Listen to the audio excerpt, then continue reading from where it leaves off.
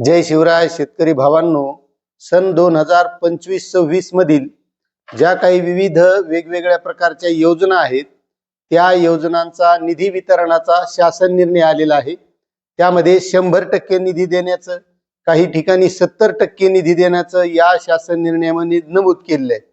आता नेमका कोणकोणत्या योजनांसाठी हा निधी मिळणार आहे याबद्दल आपण सविस्तर माहिती बघणारच आहोत।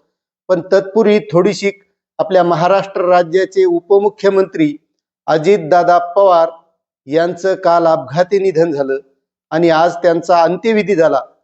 तर सर्वात अगोदर आपलं कर्तव्य आहे की आपल्या या लाडक्या उपमुख्यमंत्र्याला भावपूर्ण श्रद्धांजली आपण अर्पण करू आणि त्यानंतर त्यांच्याच विभागाचा म्हणजे वित्त विभागाचा हा शासन निर्णय आहे आणि तो शासन निर्णय बघू। तर शेतकरी भावांनो, हा शासन निर्णय असा आहे की तात्काळ अर्थसंकल्प प्राथम्य सन 2025-26 मधील निधी वितरण 29 जानेवारी 2026 रोजी हा शासन निर्णय निर्गमित करण्यात आलेला आहे। दिनांक 7 एप्रिल 2025 अन्वये सन 2025-26च्या प्रथम 9 माहीकरिता डिसेंबर 2025 अखेर आवश्यक असणारा अनिवार्य व कार्यक्रमांतर्गत खर्चाचा अर्थसंकल्पित निधी एकूण वार्षिक तरतुदीच्या 60% मर्यादेत अर्थसंकल्पीय अंदाज वाटप आणि संनियंत्रण प्रणालीवर म्हणजेच BIMS वितरित करण्याच्या अनुषंगाने सूचना देण्यात आलेल्या आहेत। यामध्ये आता कोणकोणत्या योजनांसाठी आहे ते आपल्याला सविस्तर बघायचं आहे।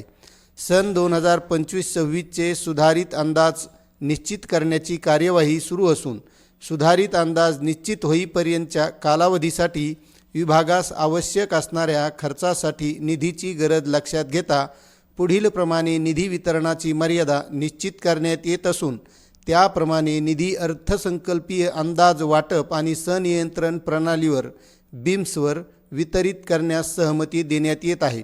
आता खालील नमूद योजनांसाठी निधी वितरणाची मर्यादा जी आहे ती 100% असणार आहे। तर त्यामध्ये योजना आहेत जिल्हा वार्षिक योजना, सर्वसाधारण अनुसूचित जाती घटक कार्यक्रम, आदिवासी घटक कार्यक्रम, आमदार स्थानिक विकास कार्यक्रम, केंद्र पुरस्कृत योजनेतील केंद्र व समरूप राज्य हिस्सा, 15व्या वित्त आयोगाच्या तरतुदी, केंद्र शासनाकडून राज्यांना भांडवली गुंतवणुकीसाठी विशेष सहाय्य योजनेअंतर्गत 50 वर्षे मुदतीचे बिनव्याजी कर्ज, नाबार्ड, सिडबी, NHB या संस्थांकडून प्रतिपूर्ती स्वरूपात प्राप्त होणाऱ्या कर्जासाठीची तरतूद, बाह्य सहाय्यित योजनेतील बाह्य हिस्सा, राज्य हिस्सा व कर्ज, केंद्र पुरस्कृत SNES स्पर्शवर ऑनबोर्ड झालेल्या योजनाबाबत केंद्र शासनाने मंजूर केलेल्या मातृमंजुरीच्या मदर सँक्शन मर्यादित राज्य हिस्सा। आता यामध्ये खालील नमूद केलेल्या ज्या काही योजना आहेत ते यामध्ये वेतन 95%, मजुरी 90%, अतिकालीन भत्ता 80% अशा वेगवेगळ्या प्रकारच्या या योजनामध्ये पेट्रोल, तेल, वंगण, व्यावसायिक सेवा, शिष्यवृत्त्या, विद्यावेतने 100%, काही 80%, काही 95%, काही 90%।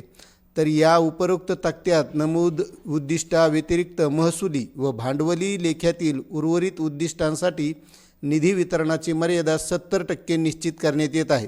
आता यामध्ये बक्षिसे, विदेश प्रवास खर्च, प्रकाशने, संगणक खर्च, इतर प्रशासकीय खर्च, जाहिरात प्रसिद्धी अशा वेगवेगळे खर्च आहेत आणि याचा जो काही वित्त विभागाकडे दिनांक 12 फेब्रुवारी 2026 पर्यंत सादर करण्यात यावेत।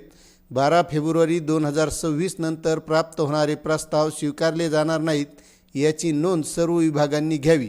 तसेच जुलै 2025 व डिसेंबर 2025 मधील पुरवण्या मागण्यांचा निधी वितरित करण्यापूर्वी त्यास वित्त विभागाची मान्यता पुरवणी मागणीच्या मूळ नस्तीमधून घेण्यात यावी असा हा शासन निर्णय आहे।